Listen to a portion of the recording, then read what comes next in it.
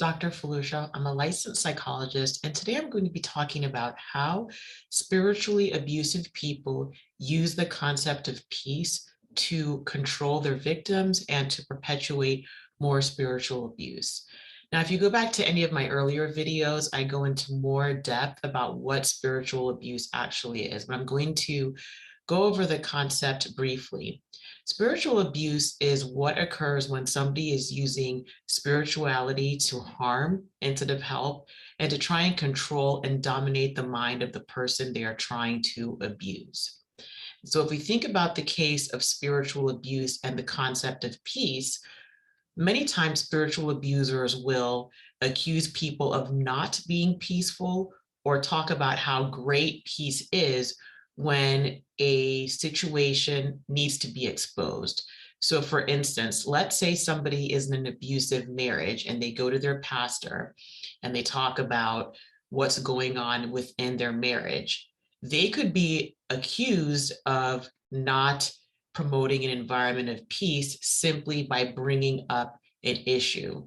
Another example is perhaps something abusive, something harmful, something that can cause or put other people in danger is happening within a spiritual environment. And somebody becomes a whistleblower and wants to bring this to attention.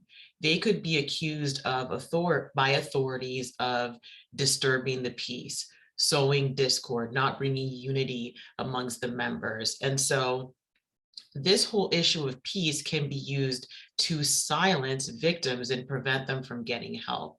Another way this concept of peace can be abused is by releasing or removing the responsibility of those in authority to do anything about the peace or about the situation, rather, under the guise of peace. So if we think about an example where something toxic is going on and needs to be exposed, somebody is being abused, harm is going on in any way, somebody who has the power to do something about it could take a hands-off approach and say, well, you know what, we're here to promote peace, and so we're just going to take care of this within ourselves and not get the appropriate and necessary outside intervention that would be needed to truly address the situation. And so when you think about the concept of peace, it can be used to silence victims, or it could be used to remove responsibility from people that can do something about it but choose not to. And when this happens, we're really people who are doing this are valuing appearance over authenticity. And so they want a situation where everything looks perfect, where it looks peaceful, but there actually is an absence of true and genuine peace. And so that's really important to remember because, peace is a good thing, peace is important, but there are times when conflict is necessary. And peace may be achieved, peace may not be achieved, but it's one of the most important things we need to think about in these situations is how are these situations, the toxic behavior being addressed. Peace can be a goal, but sometimes conflict is necessary, and it really depends on how the conflict goes about. So again, I want to, if you're in a situation where you observe something like this going on, it's really important that you get help, but it's also important to ask yourself, what is the motive for peace being extolled and praised as a virtue in this case? Many times people do this because they just want the people who are either dealing with a toxic situation or have the power to do something about it to just shut up about it and not do anything.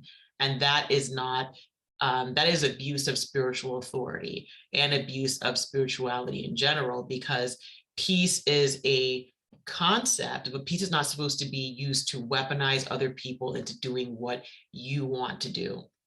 Okay, so I really hope this helps. This is just a brief summary of how the concept of peace can be used to further abuse people in spiritually abusive situations. If you found this information to be helpful, please give a thumbs up and also put in the comment section what other types of videos that you would like to see. Have a wonderful day and be prosperous and healthy. Bye-bye.